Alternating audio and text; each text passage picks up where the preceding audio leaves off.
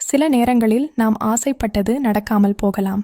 அப்போது நாம் சோர்ந்து போய், ஏன் எனக்கு மட்டும் இப்படி நடக்கிறது என்று கடவுளை கோபித்துக் கொள்கிறோம். விதி மாற்றும் மதி நிகழ்ச்சிக்கு உங்களை அன்போடு வரவேற்கிறேன். எல்லாம் வல்ல எம்பெருமான் முருகப்பெருமானின் திருப்பாதங்களை வணங்கி இன்றைய சிந்தனைக்குள் செல்வோம். கந்தன் அருள் இருந்தால் நம் தோல்விகள் கூட வெற்றியின் படிக்கட்டுகளாக மாறும். வாழ்க்கையில் ஒரு பெரிய ரகசியம் இருக்கிறது. நாம் நினைத்தது நடந்தால் அது மகிழ்ச்சி, நாம் நினைத்தது நடக்கவில்லை என்றால் அது பாதுகாப்பு. புரியவில்லையா? ஒரு சிறு குழந்தை எரியும் நெருப்பை கேட்கிறது என்று வைத்துக்கொள்வோம்.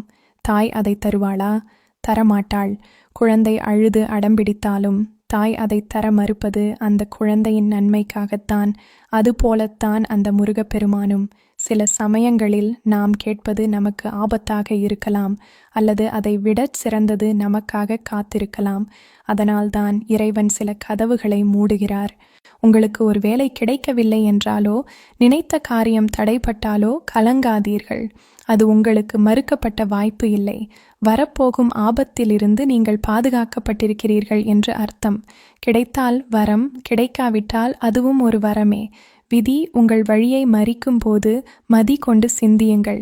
இதுவும் நன்மைக்கே என்று ஏற்றுக்கொள்வதுதான் உண்மையான பக்குவம்.